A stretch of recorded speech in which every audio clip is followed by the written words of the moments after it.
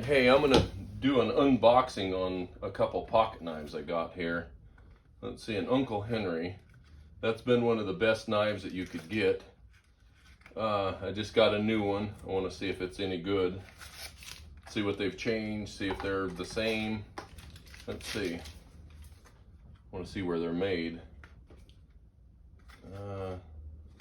Says Battenfield, Battenfield product. Lamone Industrial Park, Columbia, Missouri. Huh. Uncle Henry.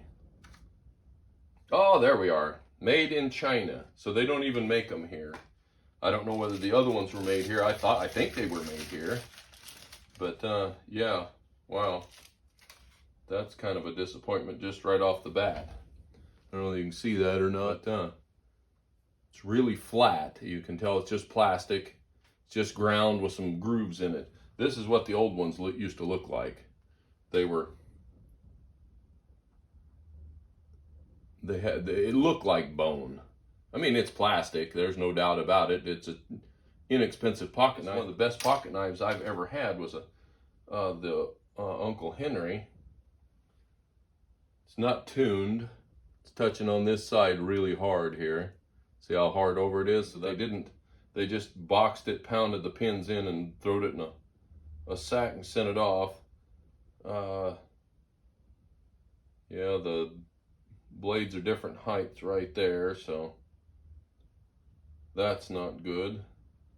They ground the back strap. Top line, bottom line is way high on one side. They seem to be bigger than the older ones. Yeah, where's the top? See, that's an old one with the scale popped off. This is much smaller. That's more petite and rounded. This is kind of big and square. And it'll give more to work with. It's a little thicker. Well, no, it's not. It's about the same thickness. See what the front blade looks like. Yeah, it's not bad. It feels like it's got gravel in it, though. Yeah, wow. That's really coarse. It's tight, but yeah, the Uncle Henry is tight anyway. See if it hits.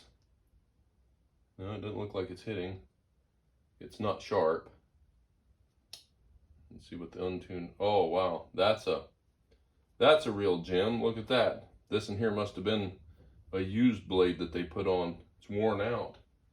Let me see if I can find a blade that come off of one of these. That's what my blades look like compared to theirs. That's the difference. I make a real blade on mine. Here, this in here is worn out. I probably carried this here knife for at least 10 years. I don't know whether you can see that or not, but this one here is the worn out one that I took apart. This is a brand new one I just now opened. I've never cut anything, and it's dull.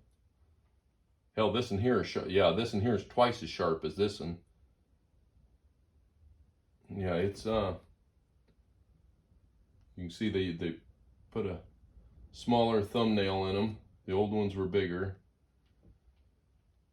The point on the stop is just kind of rounded out instead of coming up with a high point. A high point allows you to file it down more as you sharpen this more. That right there, it didn't give you a very much adjustment because it's already worn out. They probably ground it off because this was too short, and this part right here hit the inside of the back spring. Yeah,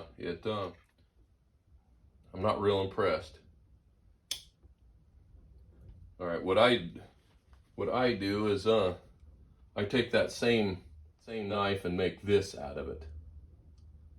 Put some real elk antler scales on it. It's smooth. Just smooth all the way out. That's my blade right there compared to what theirs is.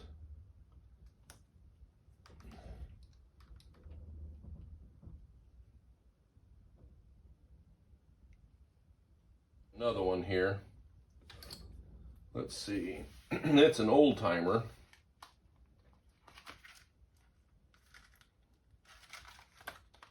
There.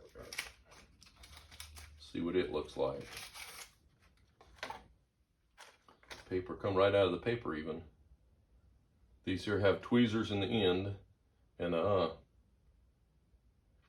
that's a toothpick, and I don't know whether you could pick your teeth with it. Yeah, it's a little gritty. Yeah, it's pretty gritty. See if it's, yeah, it's pretty sticky. Yeah, at least it's got a full-size blade. Here's the ones off of my old one that had been sharpened.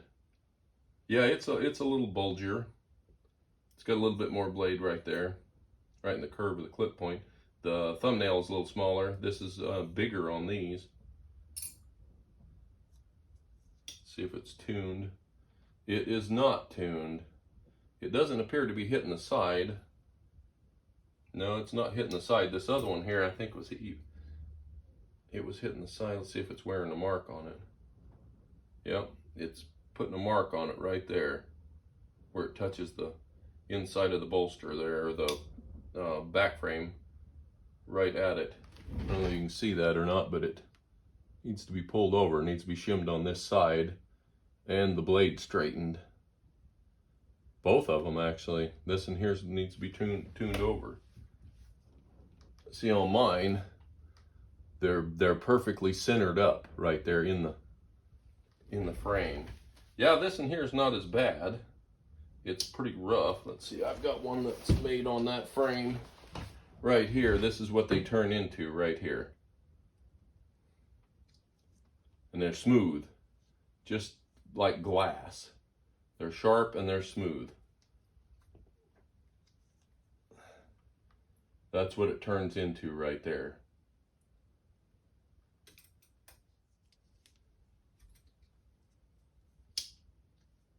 That one's not bad. It's not quite as smooth as mine, but there's the difference. Mine is, yeah, it's a little wider. Actually, this in here's a little thicker. This in here, they're all hand ground, so sometimes I get the spine a little thin on them, but it's still a tougher blade than this. It'll hold its edge a hell of a lot longer. But that's that's amazing. These used to be really, really great knives, and now they're just made in China and just kind of thrown together. You can tell that they don't spend a lot of time on them. That's sad. This here is almost flush. They use a fatter plastic chunk in there and then just grind it down to it. And it's just plastic. It's just flat ground plastic. This in here at least has the idea that it looks like bone handles. See, an actual bone handle has some character to it. And so they tried to match it to it. It looks kind of like it. Well, I'll fix that. See, these here are some of my other ones here. This here's one that I'm working on. This is a small one.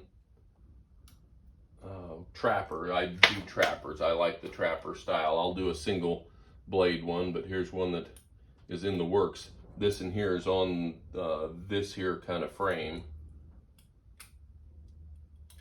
If I can get the deal to come open. But that's it in the process right there. They've not been heat treated. You have to fit them, then I heat treat them. Yeah, about to lose that. They've got strong springs on them, these here. That's the reason I like them. But yeah, there's still a few burrs on it where I did the spine on it. But everything else is fit on it now. I can pull them apart and do the heat treat, and then shim them, and we'll have another knife there. I've got another set of blades here that I did. Those are ready to go onto a frame. They'll go onto this one right here. But they haven't been heat treated yet. And they will be another pocket knife.